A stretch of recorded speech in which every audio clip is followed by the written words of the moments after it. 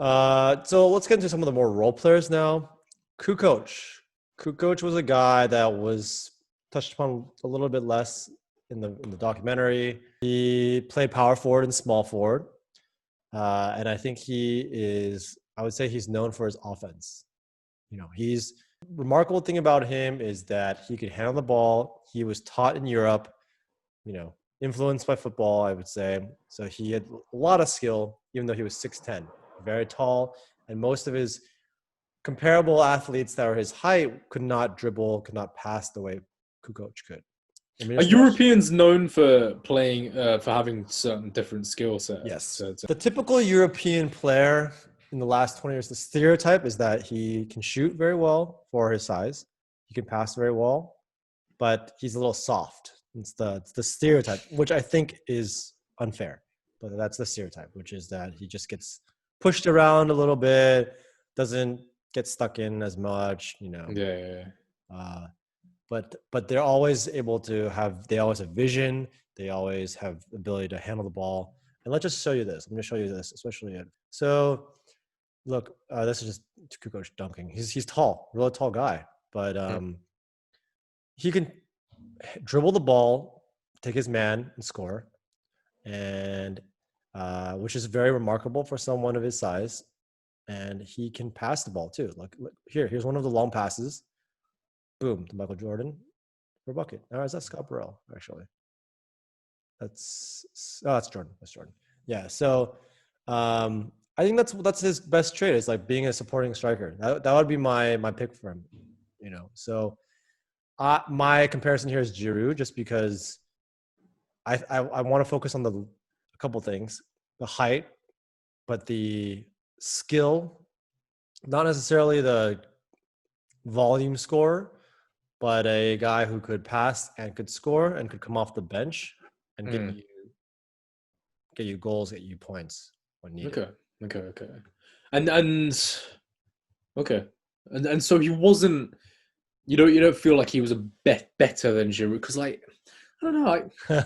Yeah, poor Do Drew. you know what I mean? I just can't tell like Yeah. how good was Kukoc. Is he truly at the Giroud level where ultimately he's playing for some of the best sides in the world, not Drew the won a World Barcelona Cup. or Madrid.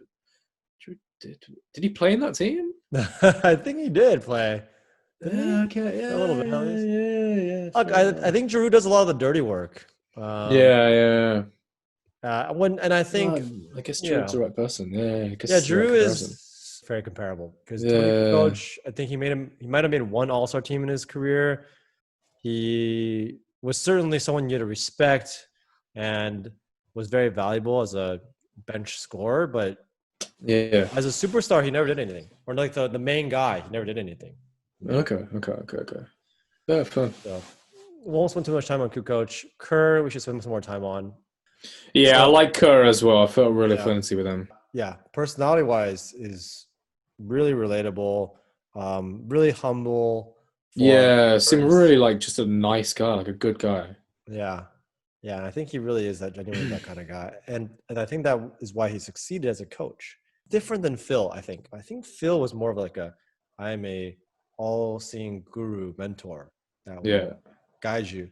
Kerr, I feel like this is just more feeling that it's more of your buddy. He's like, I understand you.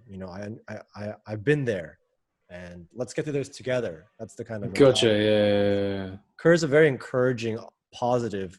So again, a little bit more Wenger-ish, but also kind of Kloppish, I think, as Yeah. well. Very But then charismatic. as a player, what are you saying As a he was player, like? I don't think honestly he's a role player, so he was famous for what happened with the Bulls, and a little bit with the Spurs, but he had one big skill, and that was shooting 3-pointers. He has some of the highest percentages for making threes in the NBA for one season.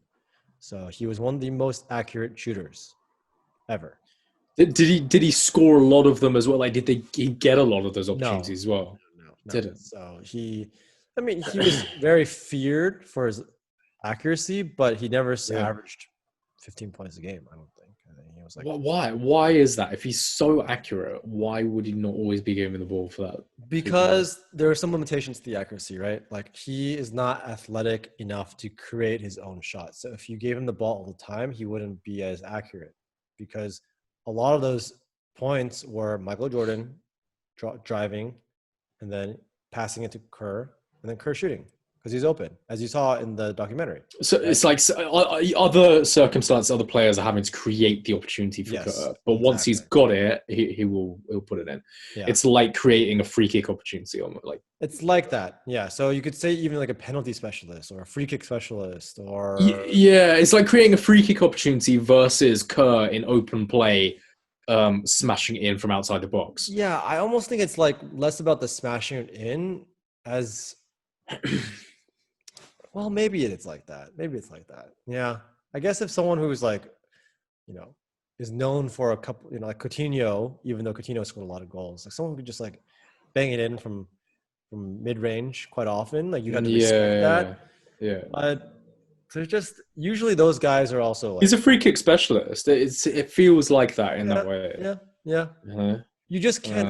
I just feel like I don't know what position would a free kick specialist be in football because you can't really have someone who's just kind of a free rider in football, right? Like so everyone has to defend. yeah, so he obviously had to do other stuff. Yeah, Yeah, yeah. So that's Kerr. I think Kerr's better known for again, it's a winger here, maybe a little bit of claw, but the Warriors they beat the Bulls in terms of winning percentages in the regular season. They won one more game than the Bulls did, 73 wins. Oh damn. Uh, they had one of the best teams of all time, probably one of the only teams that you could compare to the Bulls. What year was that? 2018. That was because So it wasn't that long ago. 2000. So they're still pretty good. Um, so the problem is their best player or their second best player, it's arguable, left the team. Who was that? So Kevin Durant. I've heard that name. Okay. Yeah, he's one of the superstars in the NBA. And once he joined, so the Warriors, they won a championship and they lost the next championship. And they were already a great team. And then Kevin Durant joined that team. So it's like having the Galacticos and then And how does that transfer work? Like in football, someone gets transferred for 50 million quid, 60 million quid. Like how does it work in the NBA? yeah, it's a long conversation. I won't talk too much about it, but there's a salary cap. So you can only spend so much per year. And that specific year, the cap went up a lot because the NBA made a lot of money.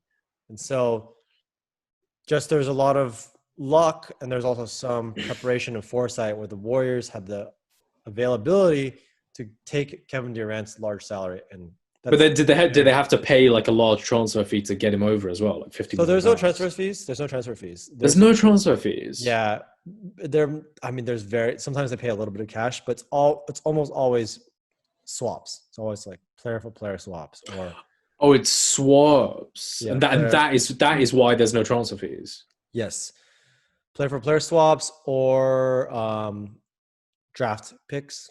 So it's But also isn't draft picks? Doesn't that only happen for like the junior, getting young guys in? yeah. So the Yeah. thing is, draft picks are valuable for two reasons. One, you're getting potentially a very good player for very cheap.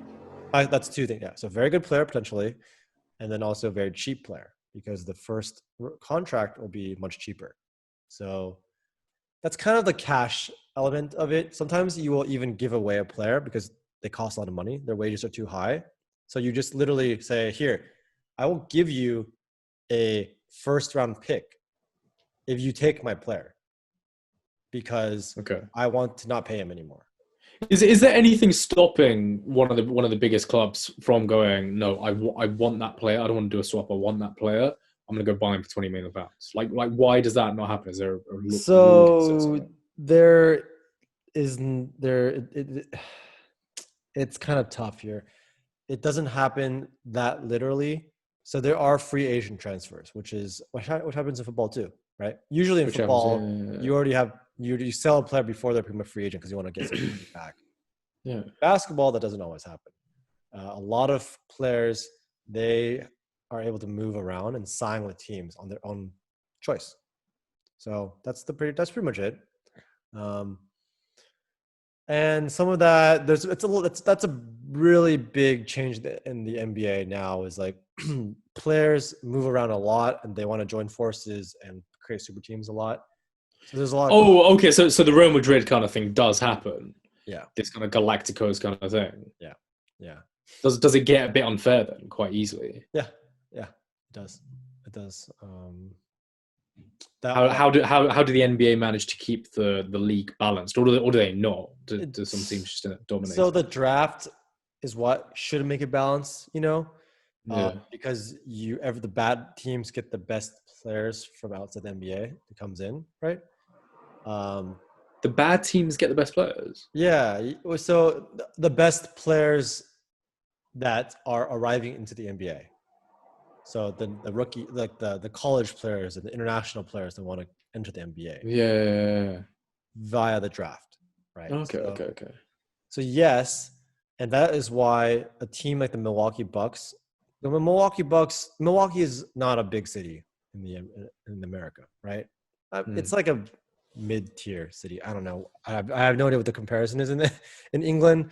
Like, I don't know. How big is Leeds? I don't know. Or like Southampton. I don't know. Something like that, right? Sure, yeah. Go Southampton. Yeah, Southampton. So most people wouldn't want to go there and play. But they drafted Giannis, who is the best player in the NBA right now. And he's stayed there because oh wow, okay. They convinced him to stay. So that's and they actually had the advantage to doing that because they weren't as good a team. So yes. They were able to keep him by offering him more money than anyone else can. So there are still benefits to being a big club, like being the Lakers, being in LA. People want to be in LA. Oh yeah. They want to have that. They want to have that legacy. So the Lakers are a team that has a lot of big name players to them. Who's the big name guys right now?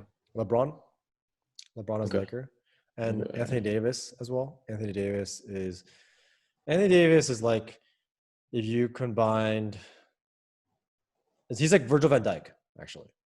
Cool. Let's go back to players now. Let's wind it down a little bit. Horace Grant is, we talked about formation, right? Talked about the power forward being close to the hoop. Horace Grant here is a center back, right? So he's an athletic. What's his position? What do they call him in basketball? A center? Power forward. Oh, they call him power forward. Okay. He was also one of the best defensive players in the NBA for a number of years when he was on the Bulls. Right. So, but he was never, first of all, personality-wise, not as interesting as Rodman, so not as memorable. Yeah. Ability-wise, they play the same role. He's more well-rounded than Rodman is. Horace Grant could be an offensive threat a little bit. Yeah, that's what I thought. Score 15, maybe close to 20 points a game. Oh, okay. Opportunity. So that made him a little bit more of a balanced player than Rodman. Right. But they both occupy similar roles. They protect the basket, they defend big players, and they rebound the ball. They give it to Jordan and Pippen. So I got a Joe Gomez vibe to him. Yeah, okay. Although he sounds like a bit more of a goal-scoring centre back. Yeah, but I mean, how many center backs are known for their goal scoring? Not really, right? So there's some like with headers and stuff, right? Like yeah, but they're nice to have.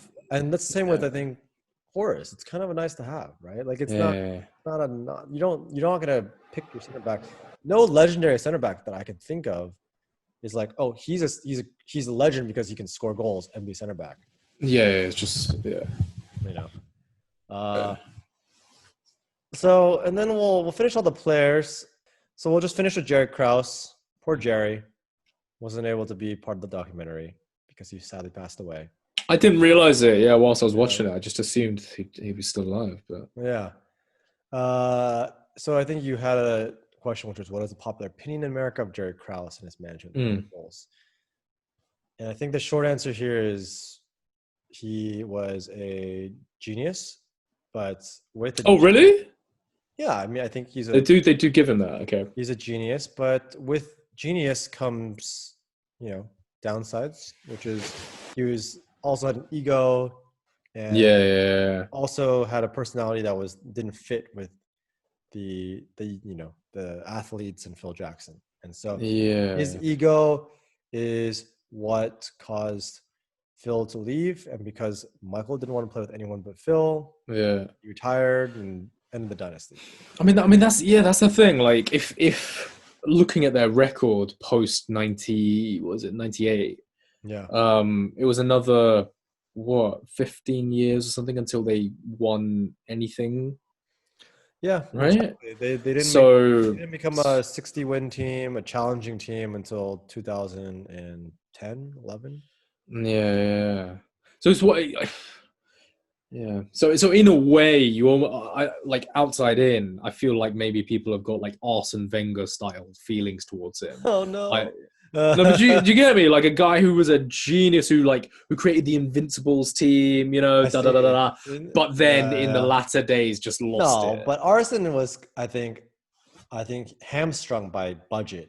And Okay. So you want to give excuses to Arsene Wenger, but yes, I do. Jerry Krause, you just say you fucked it up. No, I think Jerry Krause had the So resources. do you feel like Jerry Krause did fuck up the Bulls in the end? He did amazing for whilst they were great, but at the end he fucked them. My opinion is that Jerry Krause achieved more than most people would have with that timeline and the resources he had. So, I mean, I think maybe he ended it a little early, but there were signs. There were signs that people were getting burnt out and they're Mm, aging, and he was like, "Let's get ahead of the curve. Let's blow it up before yeah. they lose." But and then equally like these transition moments. If you look at football, I mean, with Man United since Sir Alex Ferguson left, with Liverpool for 20 years, Yeah. from the 90s stuff. Like these transition periods are hard. Like whatever you do with them, like. I think I just want to say So, that I think in football, there's more focus on the club being bigger than the player. While I yeah. think in basketball, it's more about the player sometimes overrules the club.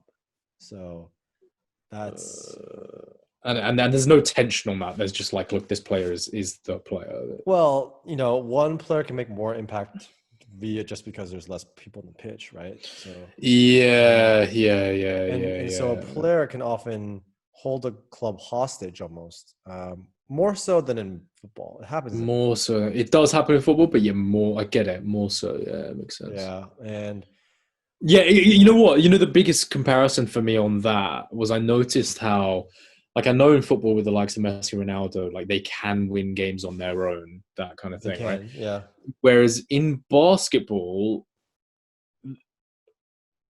yeah, like one standout player like a Michael Jordan really can win games literally on his own at times. yeah, Like where Messi, Ronaldo, they still need the rest of the team to do something, yeah, right? yeah, In basketball, like he can just go and score 40, 50 points and just win the game. yeah, Like, I yeah. don't know.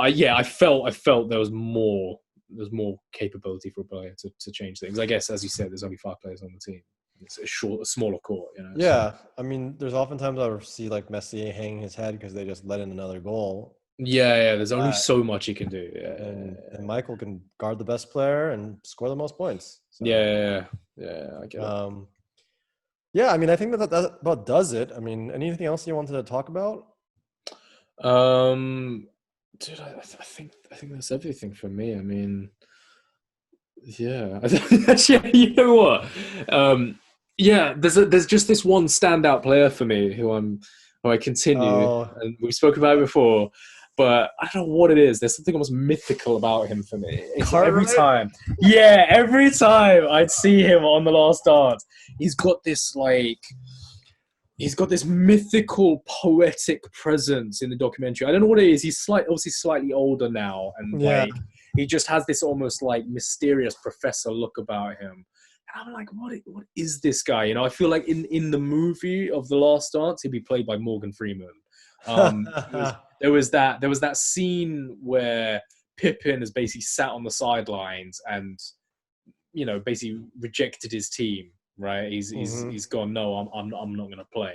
yeah, And at the end of the game, Bill Cartwright goes into the locker room and he's crying, tears are coming down his face, and he goes, "Pippin, you let me down, man. You let us down." Like, I don't know. I want to know more about him. I want to read his book. I want to see his movie, man. Like, what is he about? Honestly, I don't know too much more than what's in the last dance. You can see from the video here. He was kind of a hothead.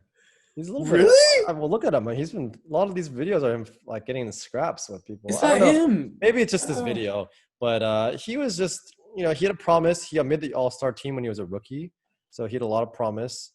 Then he just kind of fell off, and I don't have much to tell you about that. I mean, obviously he went to. What was he? You put him at centre back, so he was a tall guy standing in the ring. He was a center. But then he could also score as well. So the reason why the Bulls got him, I think if you remember from there, was like they had Horace Grant, so they knew they had a promising power forward, and they had Charles Oakley, another power forward, and they traded Charles Oakley away so that they could give Horace Grant more minutes, and they needed a center.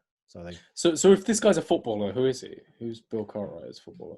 I honestly don't have a good comparison because he's not. He's a role player. There's plenty of center back role players, I guess, that you could compare him to. I don't know.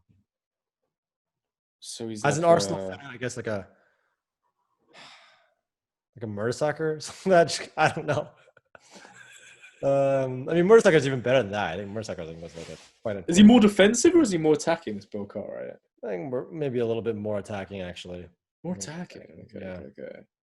Yeah. I don't know. Bill Cartwright, not exactly someone who is. He's not really mentioned by a lot of NBA fans. He was in The Last Dance a lot. Yeah, he was in The Last Dance and pivotal player, but more attacking. So I mean, maybe it'd be like. So here's the problem with this comparison. Frank Lampard. Oh, they're not even close. Frank Lampard is like a legend. He's like. Oh really? Oh okay. He's too good a player for that. Yeah, no. Cartwright is like he's like a Johnny Evans. But then you keep choosing the defensive players, even though, like you say, he's more attacking. Well, he's a tall guy. I mean, at the end of the day, the center has to defend the rim. It's like they're one of their most important roles. That's why the comparison is not perfect, because some centers are known for their offense, but traditionally, maybe he's like a Granit Xhaka. No. Again, Xhaka is actually important to the mid. Too much of a legend in your No, not a legend, but he's just he's more of a facilitator. Okay. Yeah. Well, look, I'll give you a week. You come back to me with a perfect comparison for my man Bill. I can't guarantee that. I don't think I'll be talking. I don't think I'll be thinking about Bill Cartwright for ever.